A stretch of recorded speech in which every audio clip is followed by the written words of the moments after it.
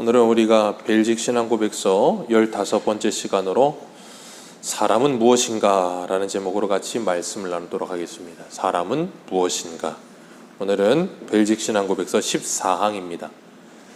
인간 창조와 타락, 그리고 참된 선을 행할 수 없는 무능력이라는 부분인데 우리 한번 읽어보겠습니다. 조금 길지만 시작. 우리는 하나님이 땅의 흙으로 사람을 창조하시고 그분의 형상과 모양을 따라 사람을 선하고 의롭고 거룩하게 하여 모든 일에서 하나님의 뜻을 수행할 수 있는 존재로 만들고 조성하셨음을 믿습니다. 하지만 사람은 이런 영예를 이해하지 못하고 그 탁월함을 알지 못하여 마귀의 말에 귀를 기울이고 자신의 죄에 굴복시킴으로 사람이 자신이 받은 생명의 계명을 위반했기 때문입니다. 이 죄로 말미암아 분리되어 그의 본성 전체가 부패하여졌습니다. 이로 말미암아 사람은 육적이고 영적인 죽음에 처하게 되었습니다. 또한 사람은 모든 행실에 있어서 악하고 뒤틀리고 부패해져서 자신이 하나님으로부터 받은 탁월한 은사를 모두 잃어버렸습니다. 다만 그 중에 몇 가지만 남아있을 뿐인데 이는 하나님으로 하여금 변명의 여지가 없을 정도로 충분합니다. 빛이 어두움에 비치되 어두움이 깨닫지 못하더니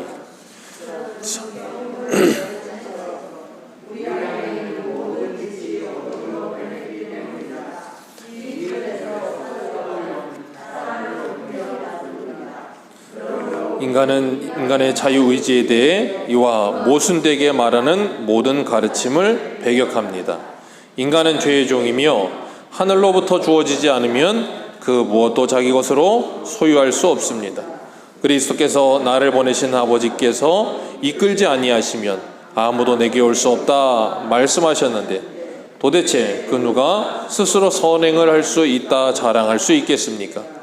육의 생각은 하나님과 원수가 된다는 것을 이해하는 사람이 어떻게 자신의 의지를 높일 수 있겠습니까? 육에 속한 사람은 하나님의 성령의 일을 받지 못하는데 그 누가 자신의 지식에 대해 말할 수 있겠습니까?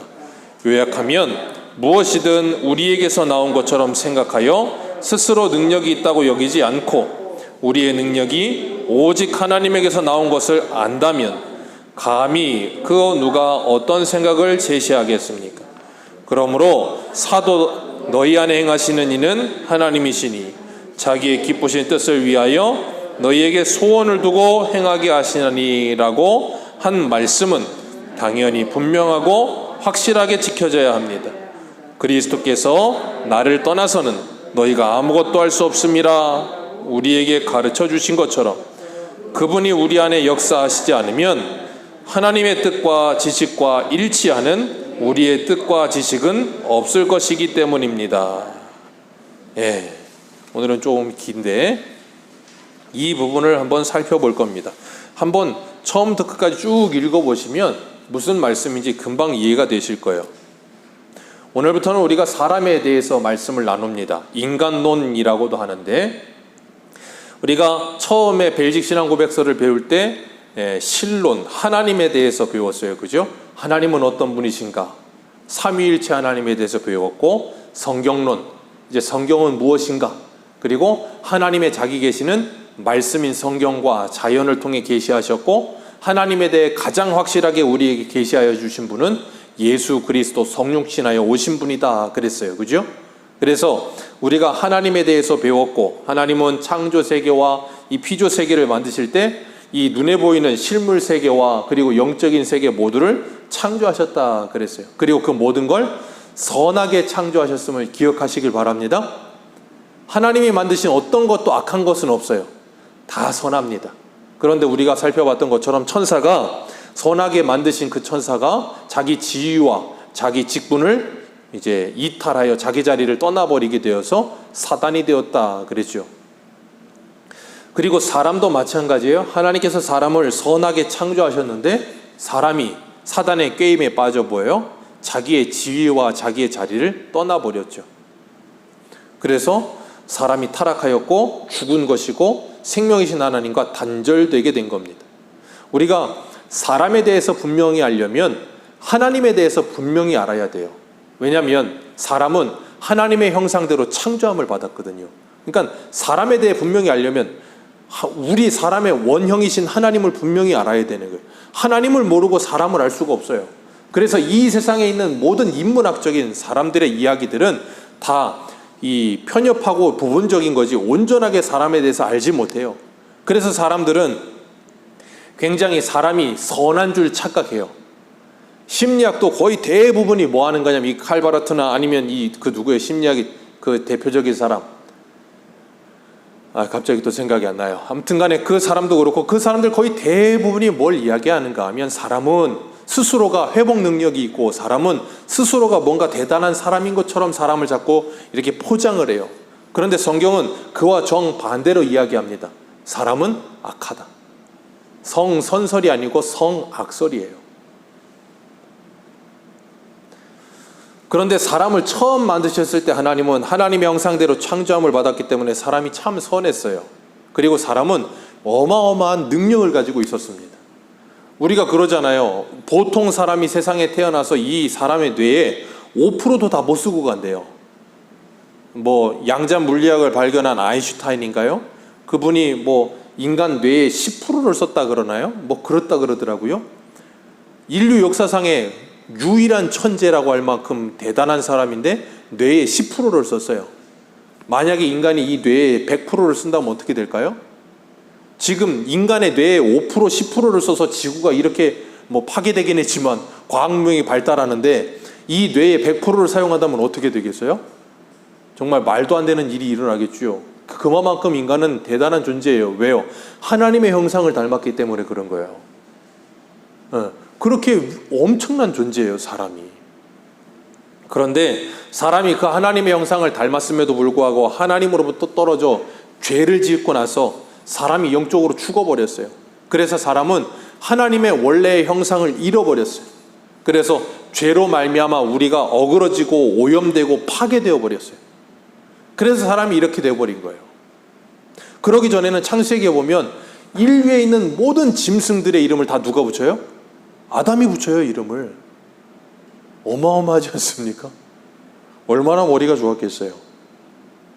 우리가 이 순서상 이제 벨직 신앙고백서에서 인간론을 배우게 되는데 이게 조지신학의 순서도 맞고 우리의 구원에도 맞는 순서예요. 처음에 하나님에 대해서 알고 인간에 대해서 알고 그 다음 나오는 순서가 뭐냐면 이제 기독론이라고 하는 거예요. 그리스도론 그러기도 하는데 왜 그런가 하면 하나님이 누구신지 알고 하나님의 형상대로 지음받은 사람이 범죄하여 타락하여서 하나님의 원래 형상을 잃어버린 사람의 형상이 얼마나 비참한지를 알게 되었을 때 우리에게는 그 비참함이 정말로 알게 되었을 때 이 비참함에서 나를 건져줄 구원자를 찾게 되어 있어요. 우리가 요즘은 좀 덜하지만 사람들이 작년, 재작년만 해도 코로나 걸리면 다 죽는 줄 알았어요. 엄청나게 무서워했단 말이에요. 그래서 그냥 몸살이느라고 난리였어요. 그리고 또 코로나 약이라고 해서 나온 게 있어요. 그러니까 사람들이 만약에 코로나에 걸려서 요즘은 사람들이 코로나 걸리면 별로 코로나를 그렇게 무서워하질 않아. 지금 뭐 15만 명, 18만 명 막 그렇다는데 왜 무서워하지 않냐면 걸려봤거든. 걸려봤는데 보니까 뭐 그냥 감기 걸리듯 그냥 지나가 버리는 거예요. 그러니까 사람들이 별로 두려워하지는 않아요. 그런데 문제는 그게 한번 걸렸는데 정말로 죽기 직전까지 갔다 딱 살아났다고 생각해 보세요. 어떻게 했어요? 코로나가 너무 무서운 거예요. 코로나 딱 걸렸다 그러면 어떻게 돼요? 어떻게든 코로나를 빨리 낫게 하는 약을 먹고 싶어서 약을 간절하게 찾을 거란 말이에요. 그런 것처럼 우리가 죄에 대한 비참함이 뭔지를 분명하게 알게 되면 거기서부터 벗어나고 싶어서 몸부림을 치게 돼 있다니까요. 이 세상에서도 병에 걸렸을 때 그 병이 비참하다는 걸 알면 그 병이 너무나도 아프면 치료제를 간절히 찾듯이 그래서 하나님에 대해서 알고 사람에 대해서 분명하게 알면 예수 그리스도가 분명하게 필요하다는 걸 선명하게 알아요. 그럼 뭐 하겠어요? 예수 그리스도를 간절히 찾게 되어 있는 거예요. 우리를 죄에서 구원하실 수 있는 유일한 분이라는 걸 알기 때문에 그런 거예요. 그러기 전에는 예수 그리스도를 간절히 찾지 않아요. 그러기 전에는 심령이 가난해지지 않아요. 그러니까 사람들이 구원받지 못하는 거예요. 왜? 유대인들이 어떻게 구원 못 받잖아요. 왜 못 받습니까? 자기들이 죄인이라는 걸 몰라요. 예수님 그래서 오죽하면 뭐라 그래요? 나는 의인을 부르러 오지 않았고 건강한 사람 부르러 오지 않았다. 난 죄인과 병자를 부르러 왔다. 자기 스스로가 죄인이고 병자라는 걸 아는 사람은 누구를 찾아요? 예수님을 간절히 찾아요. 갈급하게 찾습니다. 그래서 우리 한 군데만 봅니다. 갈라디아서 3장을 한번 보세요. 신약성경 갈라디아서 3장 23절. 갈라디아서 3장 23절입니다. 신약성경 305페이지.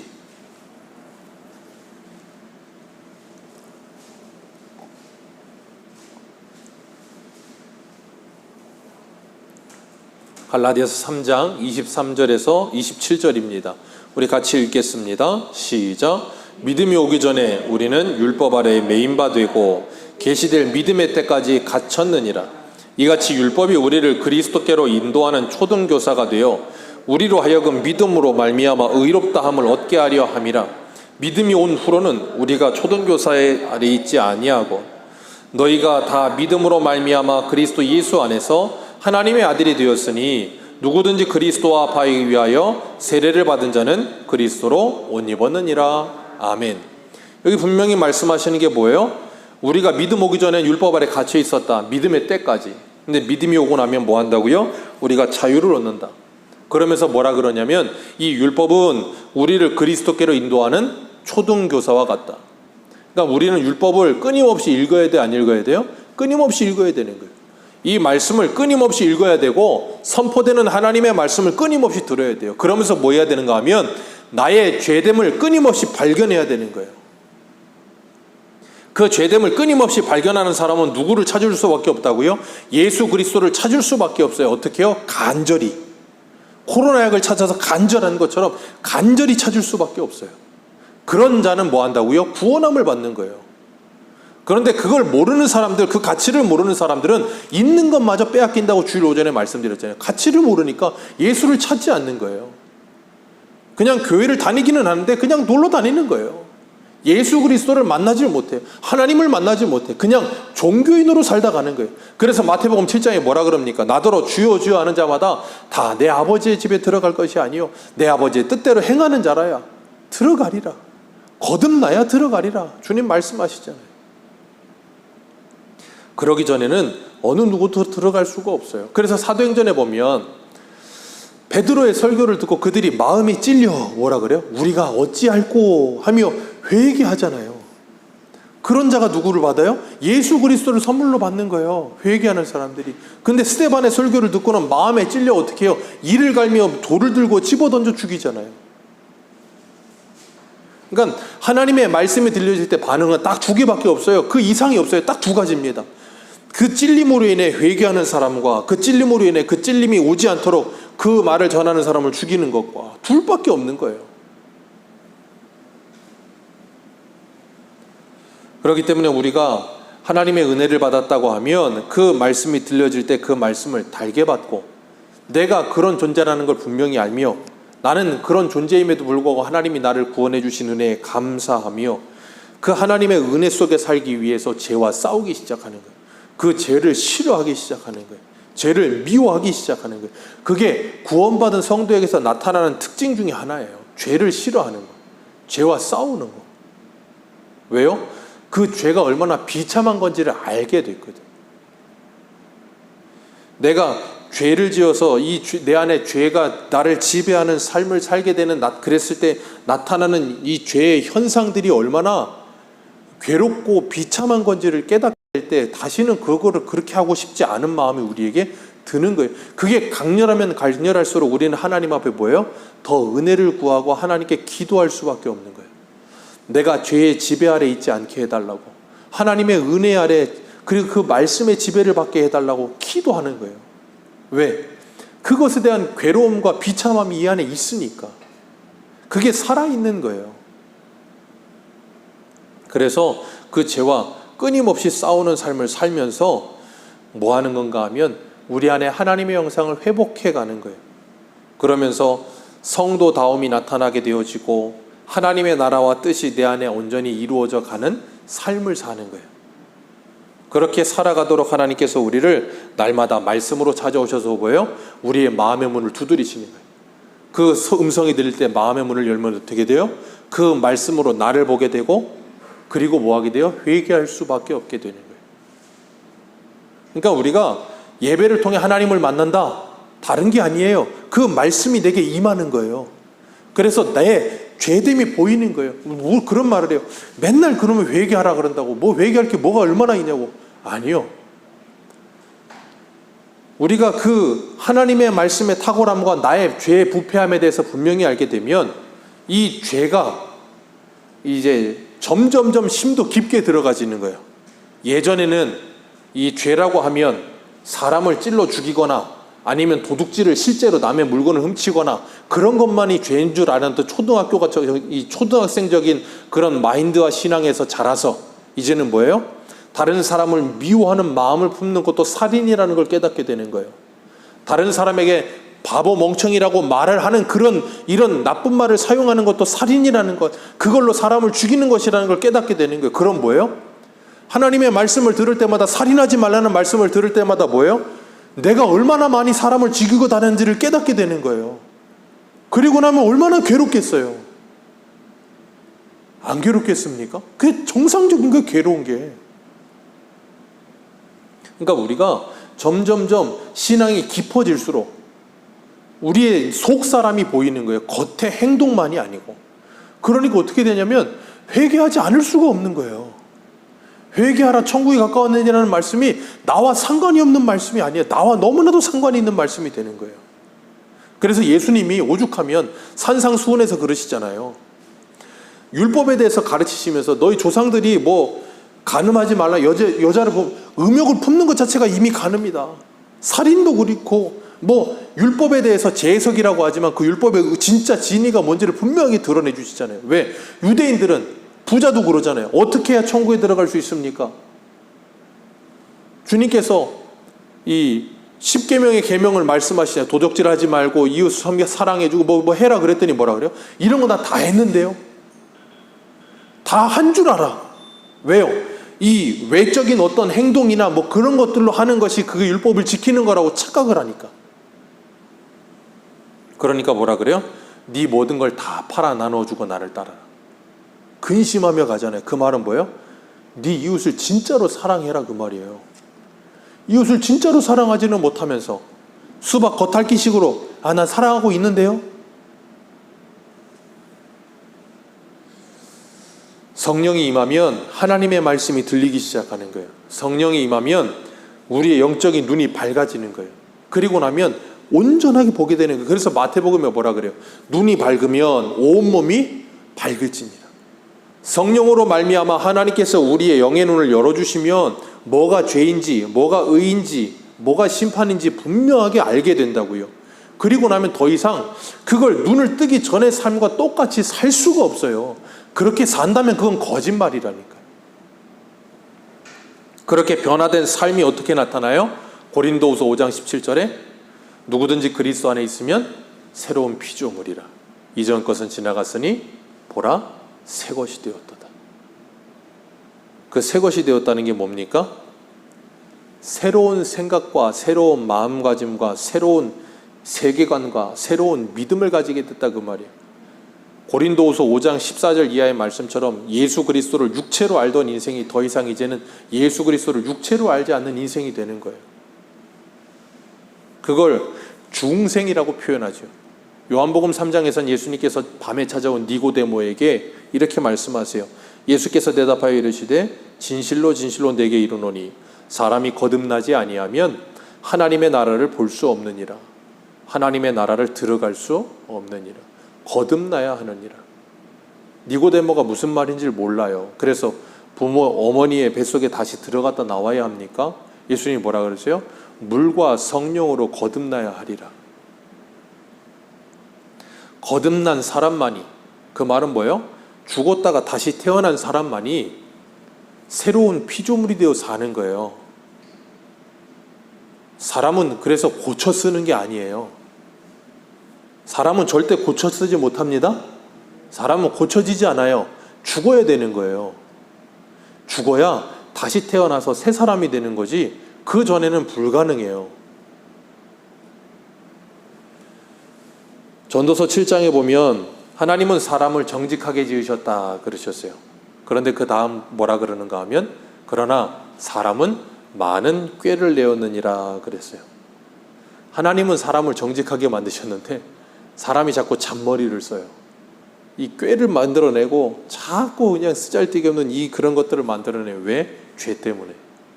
우리 벨직 신앙고백서 24장의 답을 보면 하나님이 사람을 뭘로 만드셨다고요? 흙으로 만드셨대요.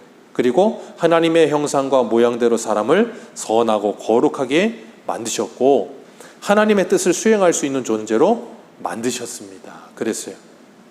그런데 사람이 하나님이 그렇게 사람에게 주신 그런 이 영의 하나님이 사람에게 맡기신 그 일이 얼마나 값지고 위대한 건지에 대한 가치를 모르니까 뭐 했다고요?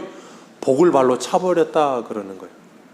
오늘날 우리도 마찬가지예요. 우리가 하나님의 일을 할 수 있다는 것이 얼마나 가치 있는지를 모르니까 뭐예요? 사람들이 복을 발로 차버리는 거예요. 그래서 주일 오전에도 말씀을 나눴던 것처럼 마태복음 11장의 말씀처럼 피리를 불어도 춤추지 않고 곡을 해도 울지 않아요. 왜? 가치를 모르니까. 하나님이 우리를 사용하신다. 하나님이 우리를 부르셔서 하나님의 일을 맡기셨다. 그거 별로 그렇게 가치 있게 생각 안 해요. 요즘 사람들. 근데 만약에 대통령이 나를 불러서 나라의 일을 시켰다고 생각해 보세요. 아마 가문의 영광이라고 생각할걸요. 가문의 영광이라고 그냥 뭐 이렇게 액자 만들어서 뭘 하고 대대손손 이어가면서 우리 조상이 뭐 뭘 했다네 뭘 했네 그런 거 하고 있을 거예요. 사람들은. 왜? 가치가 뭔지를 모르니까 그러는 거예요. 그러니까 돼지와 개에게 진주를 던져줘봐야 아무 쓸모가 없어요. 고마운 줄 몰라. 가치를 모르니까. 그러니까 고마운 줄 아는 사람에게 줘야 진짜 가치가 있는 거예요. 그러기 전에는 줄 필요가 없어요. 가치를 모르는데. 그러니까 주는 사람만 속상하죠. 14장 보면 하나님께서 우리를 흙으로 만드셨다 그랬고 우리들을 거룩하고 의롭고 진실하게 선하게 창조하셨다 그랬는데 사람은 스스로가 자기의 자리를 이탈하여 타락함으로 말미암아 뭐 하게 됐어요? 그 모든 걸 다 잃어버리게 되었다. 모든 걸 다 잃어버리게 되었다. 그러니까 사람이 이렇게 고생 안 해도 됐어요. 영어 배우려고 그렇게 고생 안 해도 됐습니다. 왜요? 죄 짓기 전에는 다 언어가 하나였어요.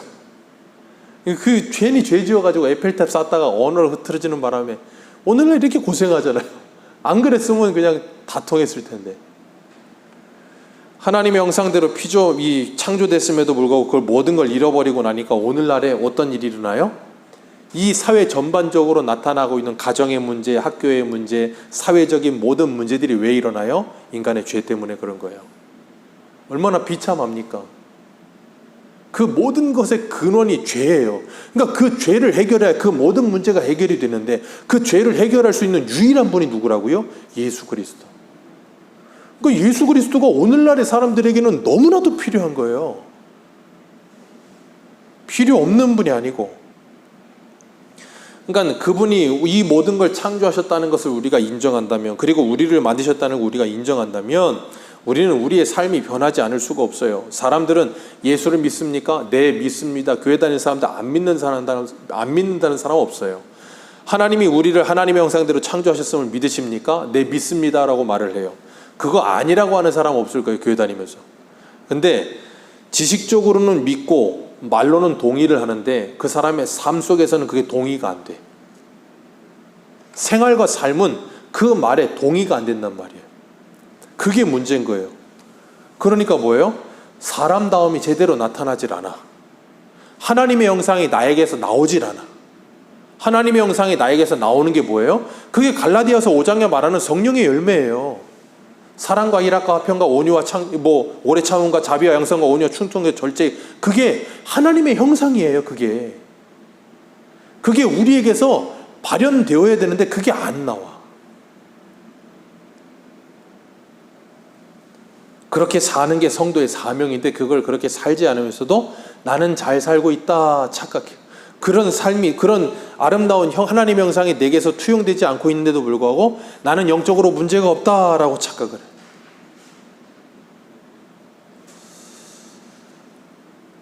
그렇기 때문에 성도와 교회가 오늘날 이 세상으로부터 이렇게 짓밟히고 있는 거예요.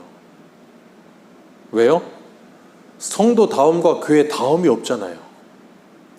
이 사람이라고 하는 것을 찾아보기 힘든 세상에 요즘 K-좀비가 유행했어요. 작년, 재작년까지만 해도. 그래서 우리나라 영화 나오는 것마다 좀비 영화면 막 수두룩이 나왔었어요. 좀비 영화가 그렇게 많이 나왔어요. 왜 감독들이 그걸 그렇게 만들었을까요? 이 세상의 영화 감독들의 눈에도 보기에도 세상 사람들이 좀비처럼 보이는 거예요. 물질의 노예가 되어 있고 이 세상의 노예가 되어서 사람의 형상은 입고 있는데 정신과 이 모든 게 다 사라져버린 좀비 같아 보이는 거예요, 사람이. 이 세상이 그렇다니까요. 그리스도인들은 이 세상이 그렇게 보이는 거예요. 왜? 하나님이 영적으로 우리의 눈을 열어주셨으니까. 그래서 세상 사람들을 보면 어떠냐면 얼마 전에 누구예요? 무슨 계곡에서 남편 떨어뜨리고 내연남이랑 했던 이은혜인가요? 사람입니까? 사람으로 보는 거예요? 아니잖아요. 20대 여자애가 남자친구랑 자기 중학교, 고등학교, 대학교, 직장까지 동료인 여자애를 이 성매매 시켜가지고 여자애가 도망가면 잡아오고 고향에 병원까지 쫓아가가지고 잡아와가지고 그걸 물고문 시켜서 애를 죽여버렸어요. 그게 사람입니까? 얼마 전에 고등학생이 누구를 찔렀어요, 여자애를. 얼마 전에 애들이 무슨 원눈텔인가 어디서 지금 동료인가 동생 후배인가를 집단 린치하고 죽여버렸어요. 짐승만도 못한 삶을 사는 거예요. 왜 그래요? 하나님의 형상이 파괴되기 때문에 그런 거예요. 잘 기억하세요. 우리 안에 하나님의 형상이 파괴되면 파괴될수록 그 사람은 반드시 다른 사람 안에 있는 하나님의 형상을 파괴하며 살아요. 그러니까 내 안에 하나님의 은혜가 없으면 다른 사람의 하나님의 형상을 자꾸 파괴한다니까요. 그거 너무 무서운 거예요. 그래서 우리가 유다서 같이 말씀을 나눴었는데 유다서에 뭐라 그래요? 이성 없는 짐승과 같이 본능으로 살아가는 자들이라 그랬어요. 그게 뭐예요? 그냥 짐승인 거예요. 그냥 좀비인 거예요. 자기 욕심과 욕망대로 살아가면서 점점 더 세상은 악해지는 거예요. 요번에도 어떤 기사 보니까 러시아, 우크라이나, 그리고 또 중국, 미국, 이것저것 하고 저쪽에 파키스탄 이슬람하고 그쪽하고 인도 어디 몇 군데 이제 대립각을 세우는 곳이 있잖아요. 핵전쟁이 일어나면 그러면서 기사로 나오더라고요. 핵전쟁이 일어나면 지구 인구의 60억인가가 죽을 거라고. 왜 일어나겠어요? 지금 그대로 가다가 서로 자기 욕심 때문에 자기 욕심에 의해서 이거 그냥 계속 부딪히다가 누가 버튼 하나 누르기 시작하면 끝나는 거예요. 더도 덜도 없어요. 그냥 버튼 하나 누르기 시작하면 끝나버려요, 그냥. 그리고 왜 그래요? 사람의 형상을 상실했기 때문에. 하나님의 형상을. 그러니까 다른 사람 안에 있는 하나님의 상실한, 그러니까 뭐예요? 사람을 사람으로 안 봐요. 사람을 귀하게 여기지 않아요. 오늘날의 사람들 돈을 위해서란 뭐예요? 물불을 안 가리잖아요. 다른 사람이 상처를 받든지 말든지 옆에 기업이 파산을 하든지 말든지 뭘 어떻게 되든지 말든지 상관없어. 나만 아니면 되는 거예요. 나만 잘 벌고 나만 잘 되면 되는 거예요. 옆에서 사람이 죽어나가도 아무 상관이 없어. 그게 뭐예요? 그게 돈이 지배하는 세상이에요. 하나님께서는 우리를 예수 그리스도를 믿고 구원받은 하나님의 자녀가 되게 하셔서 하나님의 형상을 회복시키시는 거예요. 예전에 칼빈의 기독교 강의할 때도 제가 말씀드렸어요. 하나님의 형상을 사람이 회복한다는 건 그리스도의 삼직을 회복하는 거다 그랬어요. 그리스도의 삼직이 뭐예요? 왕, 그리고 제사장, 선지자. 이 삼직을 회복하는 거예요. 그래서 우리가 뭐예요? 왕으로 이 세상을 사는 거예요. 창세기 1장 28절에 너희는 생육하고 번성하며 이걸 정복하고 다스려라 그랬잖아요. 하나님의 대리자로서 이 땅의 왕으로 이 세상을 뭐 하라는 거예요? 다스리고 하나님을 대신하여 이 세상을 유지 보수하는 일에 우리에게 맡기신 거예요. 그렇기 때문에 우리는 이 세상을 하나님의 대리자로서 잘 운영해야 되는 거예요. 운영의 묘를 발휘할 수도 있어야 되는 거고, 그리고 이 세상의 피조세계 것에 우리가 통치를 받으며 살면 안 되는 거예요. 그러니까 그리스도인들은 모든 걸 다스리며 살아야 되는 거예요. 우리의 건강도 다스리며 살아야 되고, 물질도 다스리며 살아야 되고, 이 세상에 있는 모든 것들을, 내 주변에 있는 모든 것들을 다스리며 살아야지, 그것에 중독되어서 그것에 좌우지되기 시작하면 그리스도인으로서 하나님의 형상을 상실해버리는 거예요. 그러니까 사람이, 요즘 젊은 사람들 마약에 중독되는 거 보세요. 그게 사람 모습입니까? 완전히 파괴돼 버리잖아요. 하나님의 형상이. 도박의 중독, 사람 모습입니까? 완전히 도박의 노예가 되어가지고 끌려다니잖아요. 그런 것처럼 돈에 중독되고 성공에 중독되고 모든 것들에 노예가 되면 왕으로서, 하나님을 대리자로서 살아갈 수 있는 능력을 완전히 상실해버리는 거예요. 다 망가지는 거예요. 우리 보고 다스리라고 하는데 그 밑에 들어가가지고, 그게 우상숭배예요. 그게. 그렇기 때문에 우리가 이 땅을 살아가면서 내가 하나님의 대리자로서 왕으로 이 땅을 살고 있음을 기억하시기를 바랍니다. 내 안에 은혜가 왕노릇하도록 날마다 기도하시길 바랍니다. 죄가 왕노릇하지 않도록, 지배받지 않도록. 얼마나 비참해요. 그리고 선지자로 살아가라 그러셨어요. 우리는 이 땅에 선지자적인 사명을 가지고 사는 사람들이에요. 오늘날에 선지자는 없습니다. 신사도하는 속에서는 선지자가 있다고 말하지만 선지자 없어요. 다만 선지자적인 사명을 가졌어요. 그 말은 뭐예요? 하나님의 말씀을 먼저 받은 자로서 이 말씀을 전해야 될 사명을 가진 사람들이라 그 말이에요. 그렇기 때문에 하나님의 말씀을 전하며 살아가야 되는데, 우리의 입술로만 하나님의 말씀을 전하는 게 아니라 우리의 삶과 행동으로도 하나님의 말씀을 전하는 사람들이 되어야 되는 거예요. 에베소서 5장 8절에 이렇게 말해요. 너희가 전에는 어두움이더니 이제는 주 안에서 빛이라. 빛의 자녀들처럼 행하라. 빛의 열매는 모든 착함과 의로움과 진실함에 있느니라. 아멘. 그게 뭐예요? 선지자적 사명을 가지고 이 땅을 사는 사람들의 모습인 거예요. 그래서 주님 뭐라 그러셨어요? 너희는 세상의 소금과 빛이라. 너희의 착한 행실을 세상 사람들에게 보여 그들이 그것을 보고 하나님께 영광을 돌리게 하라. 그게 선지자적 사명을 감당하는 사람들의 모습인 거예요. 예수 그리스도를 믿으라고 입으로 전해야 되지만, 입으로 전함과 동시에 우리의 삶이 말씀이 돼야 되는 거예요. 그리고 세 번째, 제사장이라 그랬어요. 제사장의 사명을 감당하기 위해 중보자적인 사명을 감당하는 거예요. 예수 그리스도가 하나님과 우리 사이에 중보자 되셔서 우리를 하나님과 화목하게 하신 것처럼, 우리는 그 중보자적인 사명을 가지고 하나님께서 우리를 그리스도의 사신으로 이 땅에 보내셨음을 믿고, 우리도 뭐예요? 하나님과 이 세상을 화목하게 하는 일에 우리들이 헌신해야 되는 거예요. 하나님과 내 가정에 믿지 않는 내 가족들을 화목하게 하는 일에 우리가 제사장으로서 헌신해야 되는 거예요. 가정의 제사장으로서.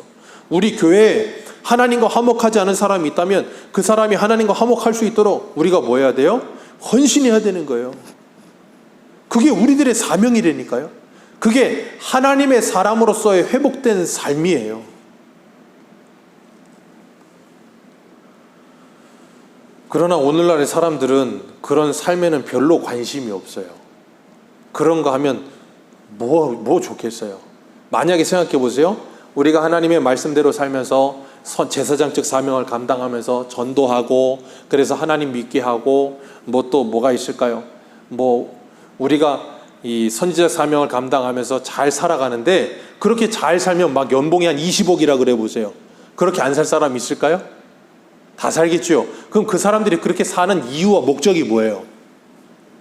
그 사람들이 그렇게 사는 이유와 목적은 돈이지 하나님이 아니란 말이에요. 그러니까 제가 또 말씀드리는 게 뭐냐면, 내가 그 액션을 하고 있는 게 중요한 게 아니고 그 액션을 하는 동기가 뭐냐는 거예요. 하나님은 우리의 마음과 생각을 감찰하시는 분이라니까요. 절대 안 속아요. 사람은 속아도 하나님은 안 속아요. 왜? 그 사람이 왜 하고 있는지 다 알아요. 하나님은.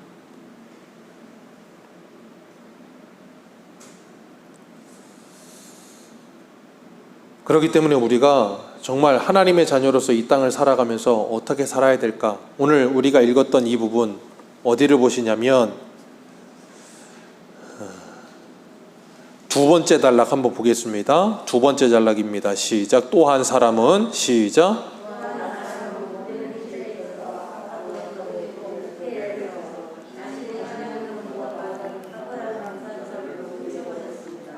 다만 그 중에 몇 가지만 남아있을 뿐인데도 이는 사람으로 하여금 변명의 여지가 없을 정도로 충분합니다.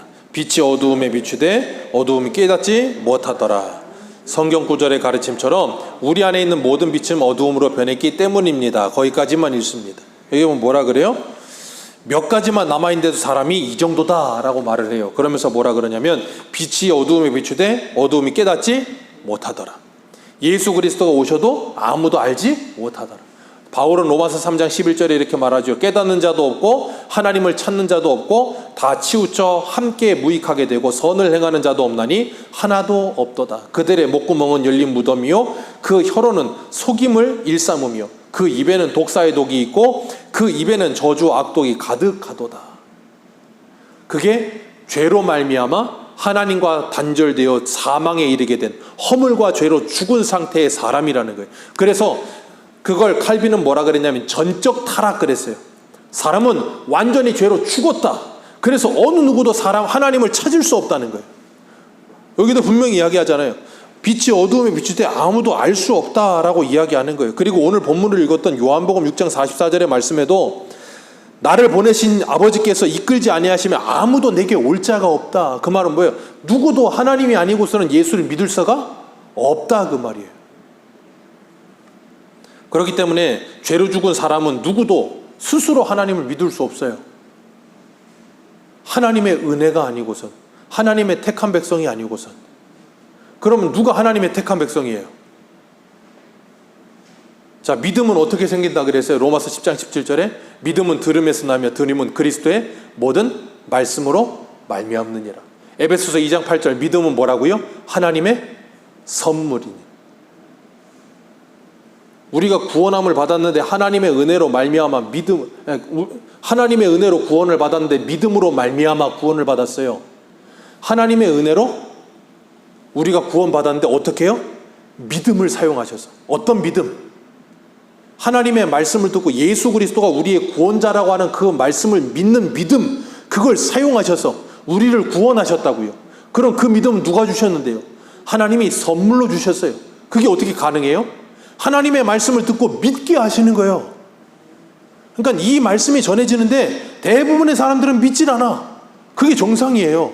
그런데 어떤 사람이 그 말씀을 믿어. 어떻게 가능해요? 하나님이 그 사람을 택하신 거예요. 하나님이 그 사람을 긍휼히 여기신 거예요. 그러니까 전도에 미련한 것으로 사람 구원하시기를 하나님이 기뻐하셨다니까요. 그럼 우리는 뭐 해야 됩니까? 전도해야 되는 거예요. 그게 우리의 사명이라니까요. 전도는 우리가 말을 잘해서 하는 게 아니에요. 성경을 많이 알아서 하는 것도 아니고요. 우리가 뭐 전도 폭발을 배워서 하는 것도 아니에요. 오늘 우리가 새벽에 계속해서 출애굽기 하고 있잖아요. 모세가 하나님께 계속해서 하는 말이 뭐예요? 반복해서 하는 말이 있죠. 나는 입술이 둔한 자니이다. 모세는 애굽에 내려가고 나서도 여전히 뭐 하고 있어요? 자기가 말 잘해야 이스라엘 백성들을 애굽에서 데리고 나오는 줄 알아요.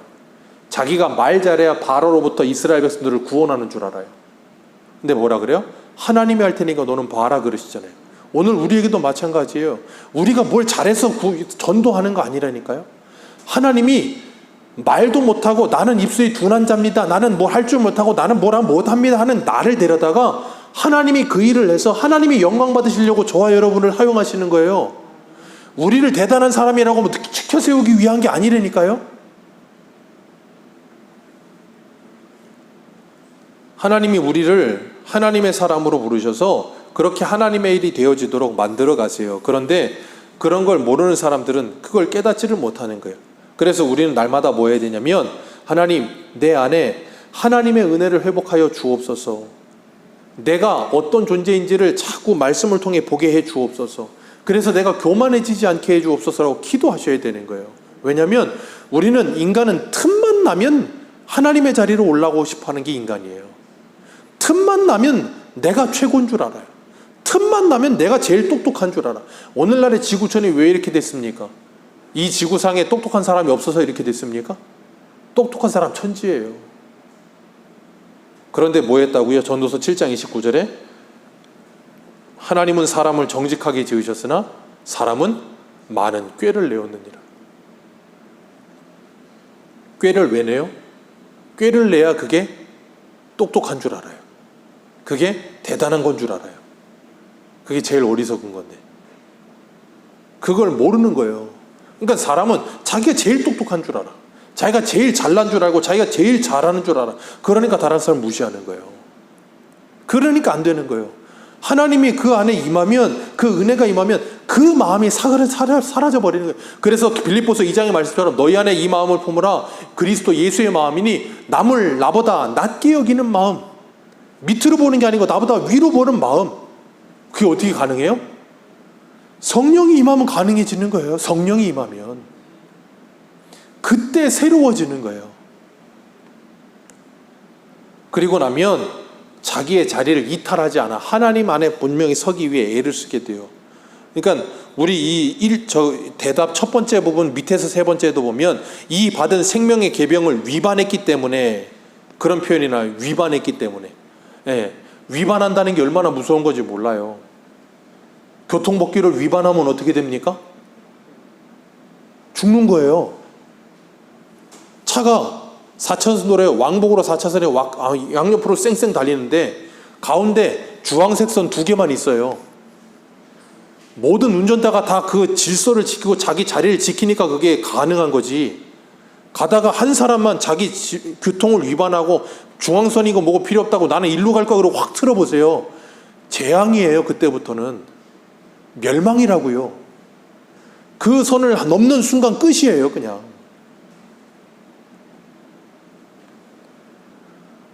그렇기 때문에 하나님께서 정해놓은 질서를 우리가 지킨다는 게 얼마나 큰 은혜인지 몰랐는데 사람은 스스로가 똑똑한 줄 알아서 그게 하나님을 어리석다고 생각해요.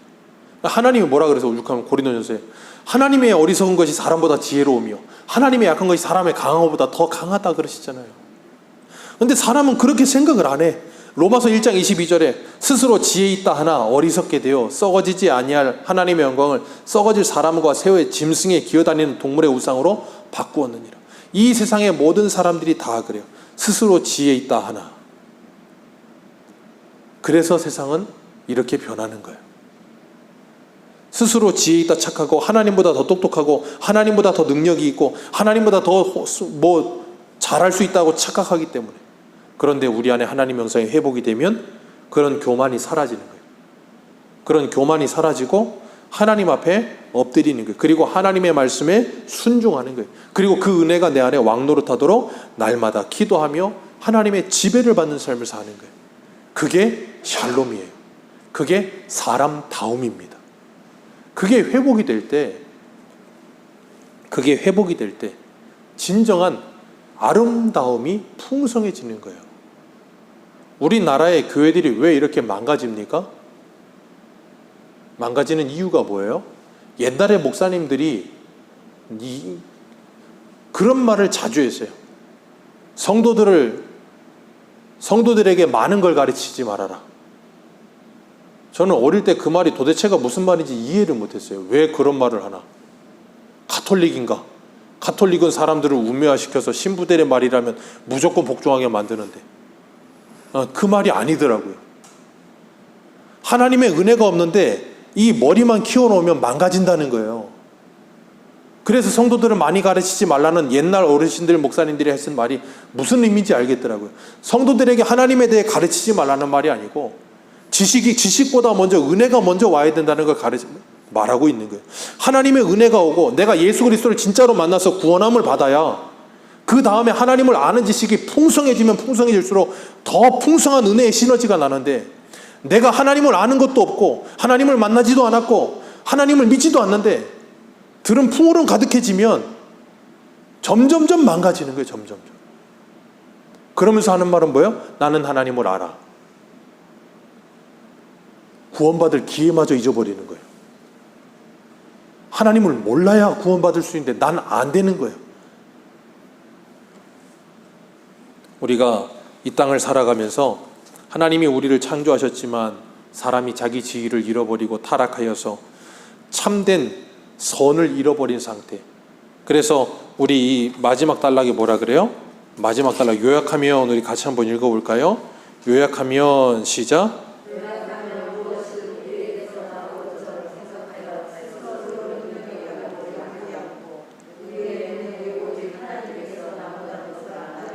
감히 그 누가 어떤 생각을 제시하겠습니까? 그러므로 사도가 너희 안에 행하시는 이는 하나님이시니 자기의 깊으신 뜻을 위하여 너희에게 소원을 두고 행하게 하시나니 한 말은 당연히 분명하고 확실하게 지켜져야 합니다. 그리스도께서 나를 떠나서는 너희가 아무것도 할 수 거기까지 말씀입니다. 예수님이 요한복음 10장에 말씀하셨어요. 포도나무와 가지 비유를 드시면서 너희는 나를 떠나서 아무것도 못한다. 자, 우리가 하나님 떠나 정말 아무것도 못하나요? 아니요. 다 합니다. 우리가 하나님 떠나서 못하는 게 뭐예요? 우리가 기도 안 하고 못하는 게 뭡니까? 기도 안 해도 다 하잖아요. 그죠? 주일 성수 안 해도 다 합니다. 하나님이 날 안 도와줘도 다 합니다. 아닙니까? 아브라함이 하나님의 때를 기다리지 못하고 애굽에 하갈을 데려다가 이스마엘을 낳았어요. 그죠? 자기 능력으로 얼마든지 할 수 있어요. 근데 예수님은 뭐라 그러세요? 너희가 나를 떠나서는 아무것도 할 수 없느니라. 뭘 못한다는 거예요? 예수 그리스도를 떠나서는 우리는 절대로 하나님의 뜻에 맞는 일을 할 수 없다 그 말이에요. 인간으로서 얼마든지 세상 사람과 똑같이 좀비처럼 내 이성을 떠나버리고 본성대로 마음대로 욕심대로 모든 걸 다 할 수 있는데 그건 하나님 앞에 아무것도 카운트되지 않는다 그 말이에요. 그래서 로마서에 뭐라 그래 12장에 믿음으로 하지 않는 모든 것은 죄다 그러신 거예요. 그러니까 우리가 예수 그리스도를 믿지 않고 하는 모든 건 하나부터 열까지 전부 다 뭐라고요? 다 죄예요. 그 사람 그래서 뭐예요? 지옥 가는 거예요. 예수 그리스도를 믿는 믿음으로 하는 게 하나님 앞에 카운트되는 거예요. 그건 어떻게 가능하다고요? 내가 예수 그리스도 연합이 될 때에만 가능해요. 그러기 전에는 안 돼요. 성령의 열매, 내가 예수 그리스도 연합되어 성령의 인도함을 받지 않으면 안 나와요. 그게 뭐라고요? 내 안에 하나님의 형상, 회복. 그 하나님의 형상이 회복되면 나타나는 게 성령의 열매예요. 성령의 열매는 사랑이 많아지고 희락이 많아지고 사랑과 희락과 화평과 오래 참음과 자비와 양성과 그런 모든 우리의 인격적인 것들이 생활하다 보면 드러나잖아요. 내가 하나님과 관계가 회복이 되어 내 안에 하나님의 형상이 원만하게 회복이 되면 그런 게 이렇게 발산되는 거예요. 그러면 그런 모습을 보면 아, 저 사람 참 하나님의 형상을 많이 회복했구나. 그럼 그런 사람들 보면 어때요? 아, 참 아름답다. 그렇지 않습니까?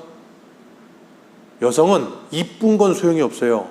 아름다워야 되는 거예요. 진정한 미는 아름다움에 있는 거예요. 아름다움을 이길 수 있는 건 어떤 것도 없어요. 세상의 절세 미인인데 말을 일부 열만 하면 여기 걸레를 물고 있고 생각은 온통 그냥 똥으로 가득 차 있고 그게 아름답습니까? 진정한 아름다움은 하나님의 형상이 회복될 때 가능해요. 하나님의 형상이 회복되지 않으면 다른 사람의 안에 있는 하나님의 형상도 다 파괴시킵니다. 파괴자로 살지 마시고 하나님의 나라를 세워가시는 저와 여러분들 되시기를 축복합니다. 기도하겠습니다.